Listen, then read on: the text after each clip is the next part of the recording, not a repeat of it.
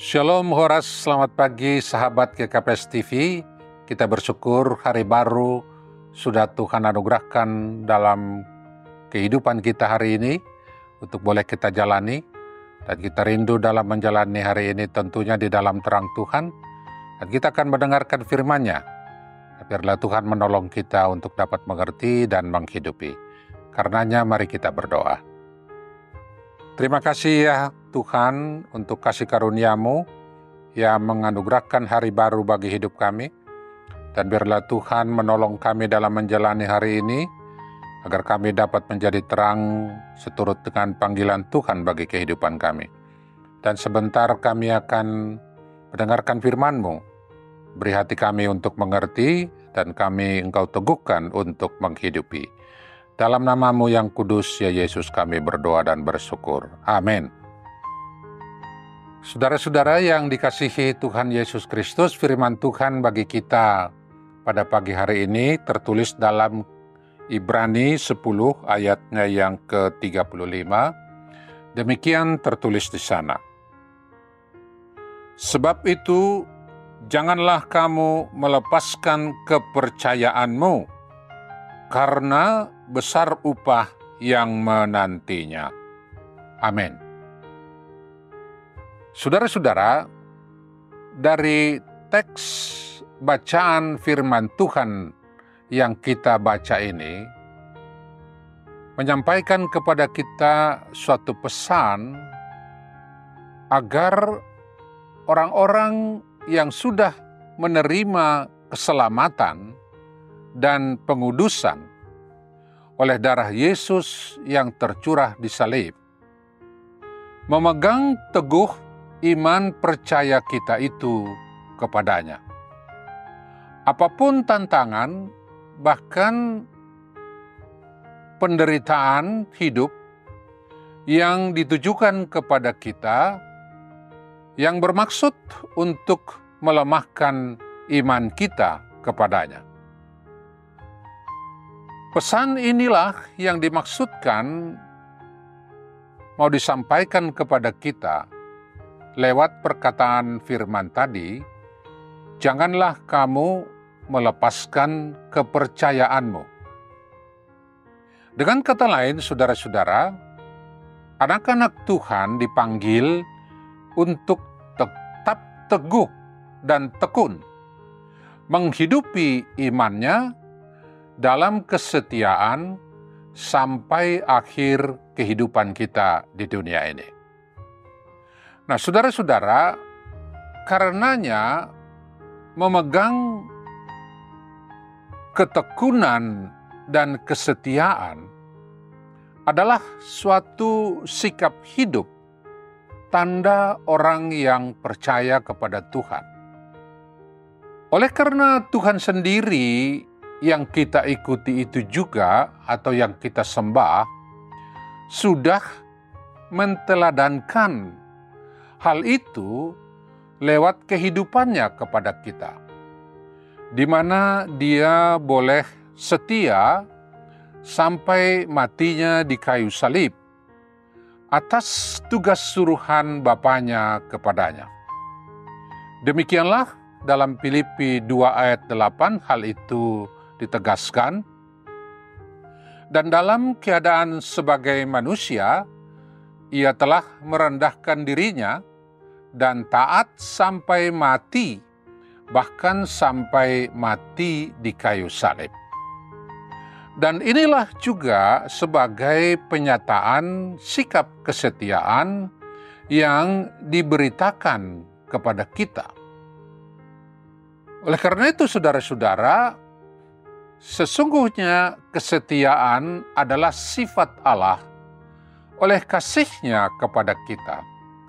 Dan karenanya juga menjadi panggilan sikap bagi kita untuk kita hidupi lewat iman kepada Tuhan dan kepada sesama.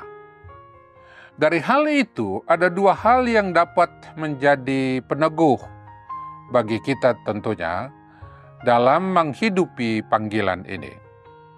Yang pertama, saudara-saudara, kita memiliki dan mengenal Allah yang setia. Dalam Alkitab, padanan kata setia seringkali disatukan dengan kasih. Dalam arti di sini penyebutannya adalah kasih setia. Dan dalam bahasa Ibrani hal itu disebut dengan kesed.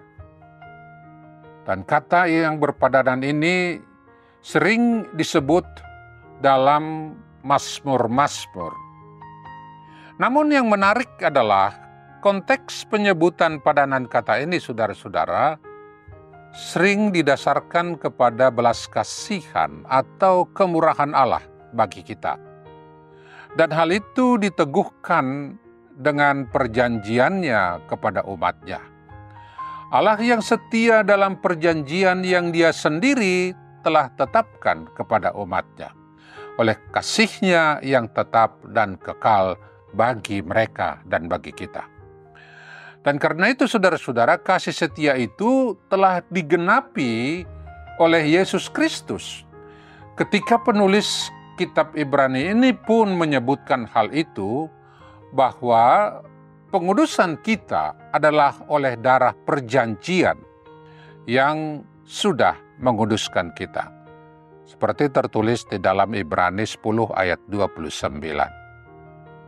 Dan karena itu saudara-saudara, sejalan dengan itu, kata setia dan kesetiaan dalam bahasa Yunani yang disebut pistos, yang pengertiannya sangat dekat dengan iman atau percaya yang disebut pisteo.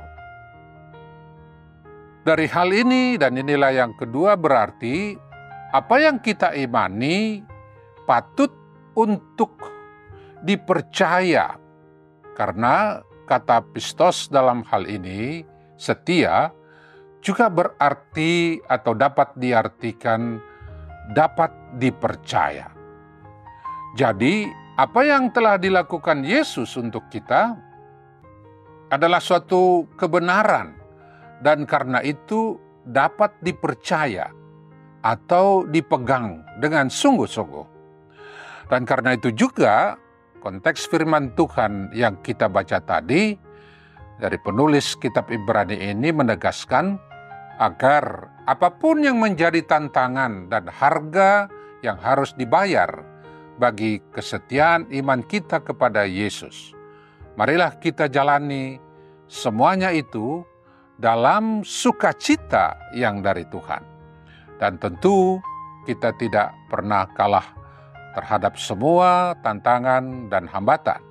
Oleh karena Tuhan sendirilah yang juga yang bekerja di dalam kita untuk meneguhkan kita. Dan kepada kita pun ditegaskan oleh sikap yang demikianlah, tentu Tuhan akan memberikan upah yang menantinya bagi kita, sebagaimana tertulis di dalam nats tadi.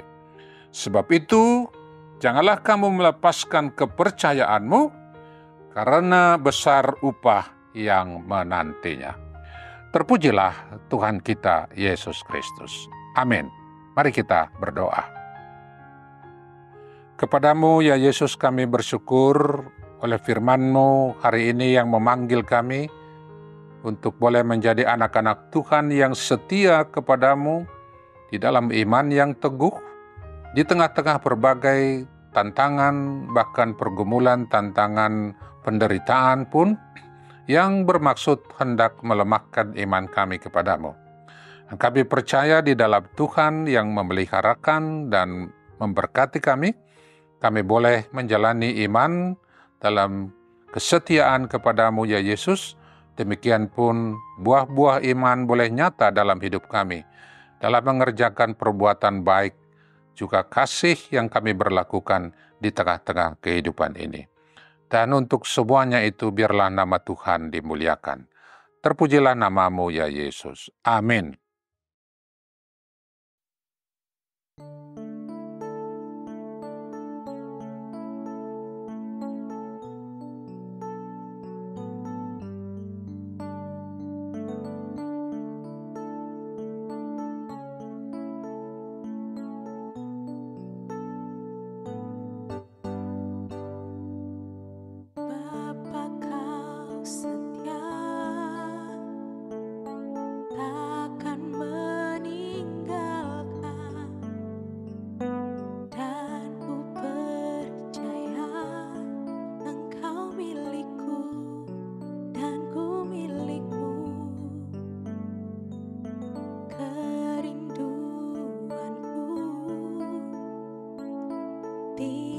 menyebutkan namamu,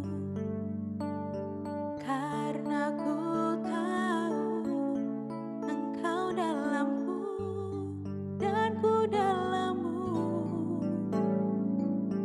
Ubah hatiku seperti hatimu, setulus salibmu, kasihmu Tuhan. Biar mataku seperti matamu, pancarkan kasihmu, ku mau jadi.